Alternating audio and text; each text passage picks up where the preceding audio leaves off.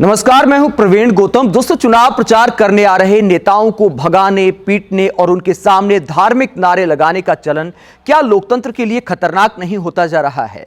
पहले आपने देखा होगा कि बंगाल चुनाव में जिस तरह बीजेपी नेताओं को, बीजेपी के सांसदों, विधायकों और कई बड़े नेताओं को विरोध का सामना करना पड़ा, उनकी गाड़ी तक का पीछा किया गया, तोड़फोड़ की गई। क्या लोकतंत्र में ऐसी हिंसा का स्थान होना चाहिए? बंगाल में जो कुछ हुआ उसका बदला लेते दिखाई दिए बीजेपी के कार्यकर्ता बनारस में, जब ममता बनर्जी वहां पर चुनाव प्रचार करने पहुंची। ममता बनर्जी की गाड़ी को बीजेपी कार्यकर्ताओं ने देखी कैसे घेर लिया और काले झंडे दिखाते हुए धार्मिक नारे लगाने शुरू कर दिए।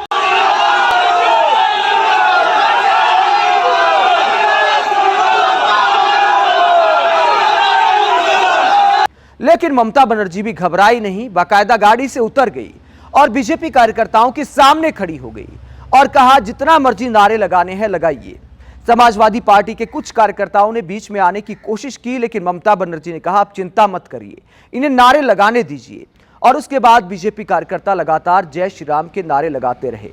बंगाल में बीजेपी नेताओं के साथ जो कुछ हुआ उसके बाद बीजेपी कार्यकर्ताओं का गुस्सा भले ही बनता हो, विरोध आप कर सकते हैं, लेकिन जय श्री राम के नारे लगाना क्या सही है?